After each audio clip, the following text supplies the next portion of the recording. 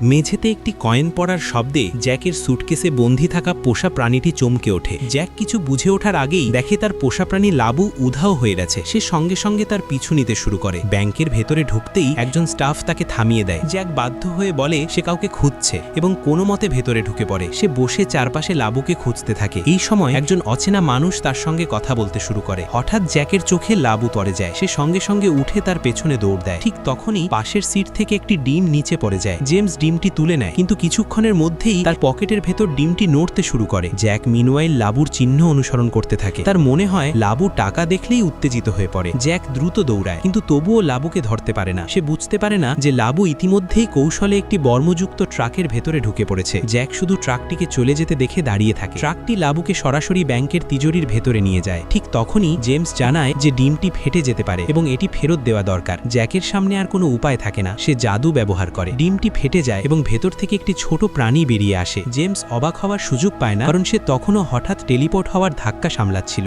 Jack আবার লাবুকে খুঁজতে শুরু করে এবং জানতে পারে যে লাবু ব্যাংকের তিজোরির ভেতরে ঢুকে গেছে। সে আবার জাদু করে তিজোরির দরজা খুলে দেয়। ঠিক তখনই ব্যাংক ম্যানেজার সবকিছু দেখে ফেলে এবং অ্যালার্ম চালু করে দেয়। জ্যাক সঙ্গে সঙ্গে আরেকটি জাদু ব্যবহার করে ম্যানেজারের স্মৃতি কিছু সময়ের জন্য মুছে দেয়। শেষ পর্যন্ত জ্যাক তিজোরির ভেতরে টাকার লোভে ব্যস্ত লাবুকে খুঁজে পায়, কিন্তু ঠিক সেই মুহূর্তে অনেক সিকিউরিটি অফিসার দৌড়ে ভেতরে ঢুকে পড়ে। জ্যাক আবার টেলিপোর্ট করে এবং জেমসকেও সঙ্গে নিয়ে যায়। যেহেতু একজন সাধারণ মানুষ তার জাদু দেখে ফেলেছে, তাই জ্যাককে জেমসের স্মৃতিও মুছতে হয়। জ্যাক যখন আবার লাবুর পেছনে যাওয়ার চেষ্টা করছিল, ঠিক তখনই হঠাৎ এক নারী সামনে হাজির হয় এবং জাদুর মাধ্যমে জ্যাককে অন্য এক দুনিয়ায় টেলিপোর্ট করে দেয়।